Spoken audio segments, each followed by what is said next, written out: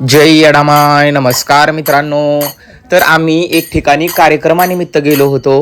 तर तिथं आमचं गायनाचा कार्यक्रम झाल्यानंतर एक लहान मुलगा जो अपंग आहे जन्मताच, त्याचा एक हात अर्धाच आहे, तर तो मुलगा आमची झांज जे काय आहे तो घेऊन वाजवण्याचा प्रयत्न करत होता आणि अतिशय सुंदर तो झांज वाजवत होता.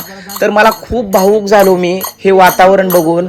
कारण तुम्ही बघू शकता देवाला किती काळजी असते. तुम्ही सर्वत्र बघा, जे काही अपंग आहेत किंवा काही शारीरिक दृष्ट्या कमकुवत आहेत, अशा लोकांना देव काही ना काही अंगामध्ये अशी कला देतो की जे सर्वसाधारण लोकांमध्ये नसते.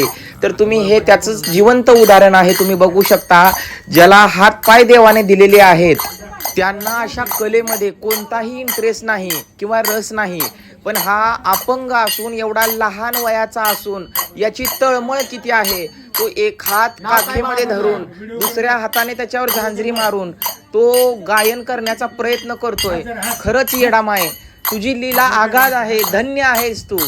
तुझ्या कोणत्या भक्ताकडून तू कोणती सेवा करून घेशील याचा अंत नाही. जय येडामाय, जय येडेश्वरी.